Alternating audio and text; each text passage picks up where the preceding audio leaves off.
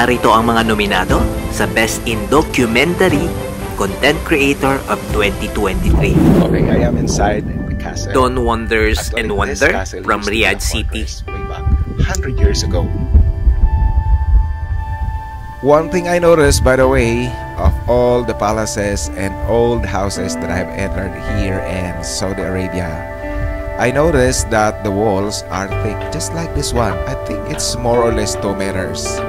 Wow.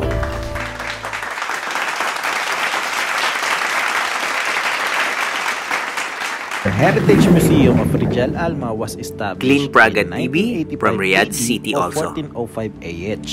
This village nga ay meron ng more than 900 years old. Noong unang panahon nga, ito ay tinatawag na ideal location para sa mga taong nanggagaling from Yemen at yung tinatawag nilang Levant through the holy city of Makkah and Medina. Bilang resulta, ito ay naging isang regional trade center at ang Rijal Alma nga ay consists of 60 multi-story buildings made of stone, clay, and wood.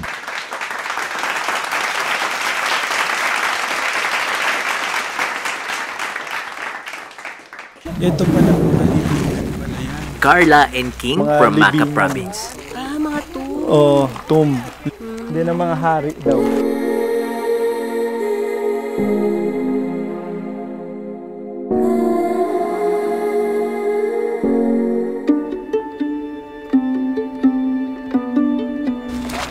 Yung Hegra pala ay and Madaing Sali, iisa lang pala yun. Let's go! Let's go inside.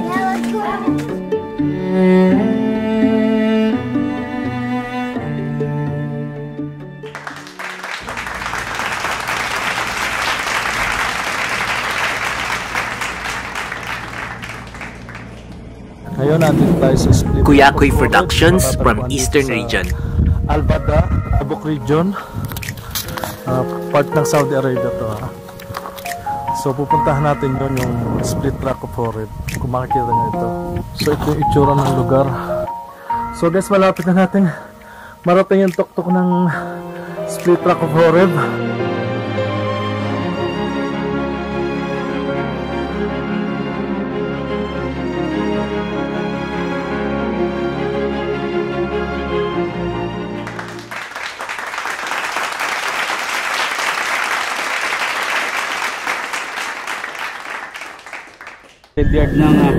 Mark Kidlat Channel from Medina Region. Mga idol. Ayan. So, bungo ng tao to mga idol. Yan. Sada. Nafar. Sada 5,000 first. 5,000. In that. Musa people. Musa people. So Moses, sabi niya. Para hindi na galawin ng kung ano-ano. Pagsama-samahin ko para maganda naman.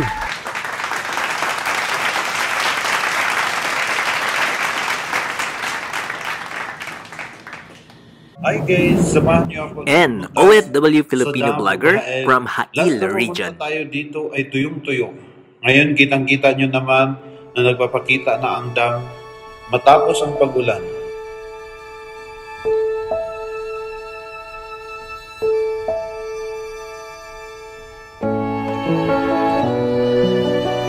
Bahagi ito ng kasaysayan ng kaharian ng Hail na ating tatalakayin ngayong araw.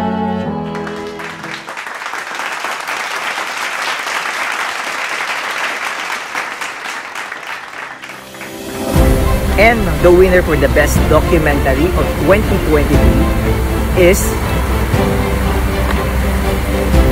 Glenn Praga TV. Congratulations, Glenn! Thank you, FSCC. Ayun, speechless. Pero ayun, salamat sa FSCC, sa komite at sa mga nominado. Congrats sa ating lahat.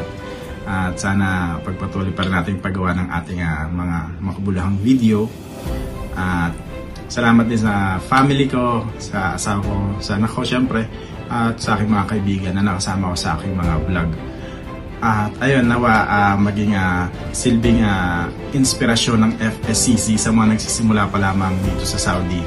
At magiging bahagi ng ating nakaraan, ang Saudi, pero ito ay mananatili sa ating mga puso. So again, thank you sa lahat at God bless po. At tuloy lang po tayo.